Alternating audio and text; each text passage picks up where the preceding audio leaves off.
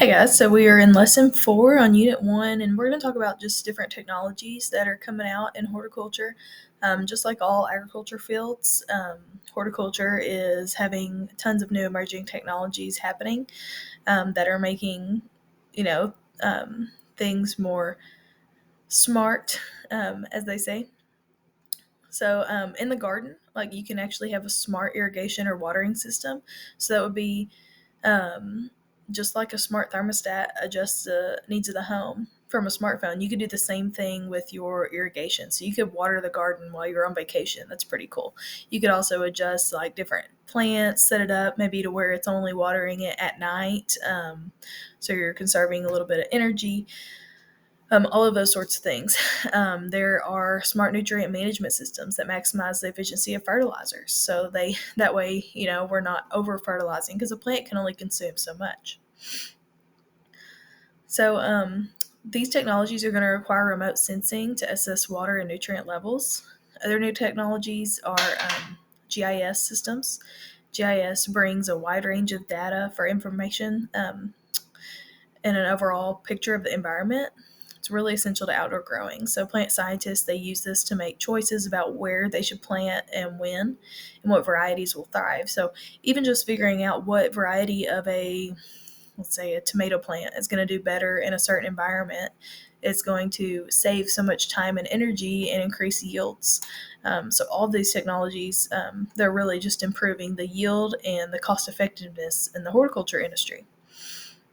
Even like drones, they're using drones in agriculture and horticulture to go out and, these places that have 500 acres of greenhouses or growing fields. That's a lot of man work to go and do this by foot, but drones able to check those systems and check on something is a great way to save money and time.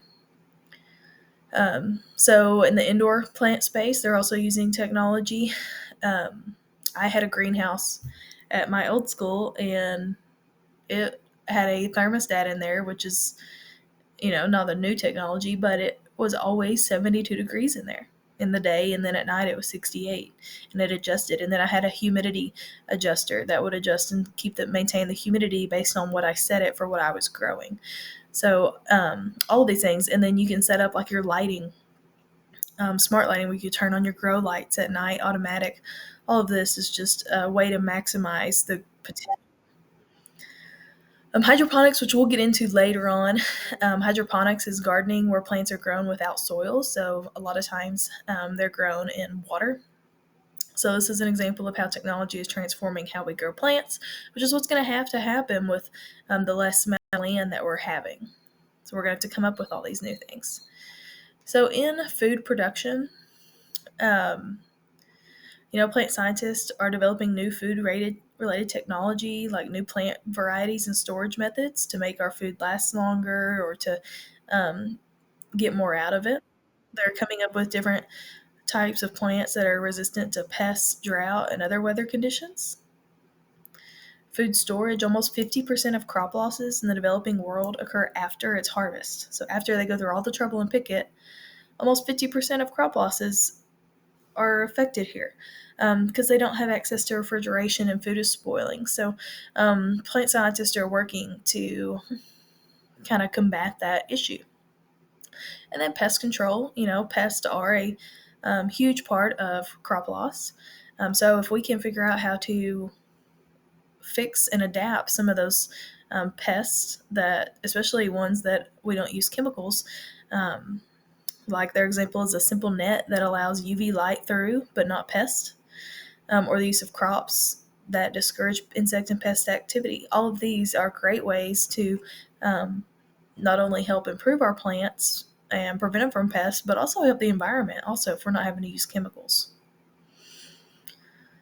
Um, so it says understand the industry.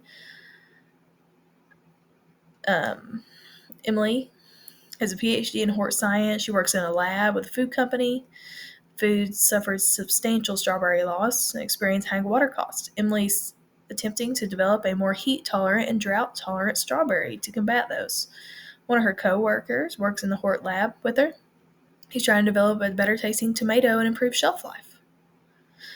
Jill works in a nursery. She cares for plants, helps customers choose plants for their garden, and handles a variety of retail tasks, such as a cash register. Her boyfriend sells at the farmer's market, but he sells specialty heirloom vegetables grown in a polyethylene high tunnel, which is like a greenhouse where plastic's over it, as well as outside. He collects his own seeds and works to preserve the heirloom seed varieties to share with others. So there's so much variety in horticulture. It's not just growing plants. It can be science. It can be retail. There's a lot of different things you can do with it. So, horticulturists do have to have customer service skills. They're dealing with customers, especially those that are seeing them every day. Um, a lot of them are going to ask you, you're going to have to be knowledgeable of the product. They're going to say, what grows best with this? What do I have to do? Where do I plant this, in the sun or the shade? So, being knowledgeable about that, how often to water, when to prune, cut back the plant. Even if you don't see customers all the time, you're going to need to be aware of customer demands because that's eventually who you're selling to. That picture right there, that's someone developing a landscape design. That's another great career in horticulture. So the jobs in horticulture, they have there's a lot of varied educational requirements. You can get your doctorate or you don't have to go to school at all. It just depends on what you need. But some main things, you need to be responsible. Living things, they're relying on you. So you're going to have to water them and feed them. Yes, you do feed plants. You should be able to communicate and take criticism just with any job. That's how you learn.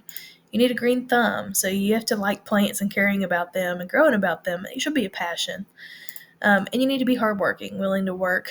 Working in a nursery is a lot of work. It's physical labor, kneeling, lifting, planting, all of that. So those are requirements that you're going to have if you're interested in the horticulture industry. And again, it's super broad.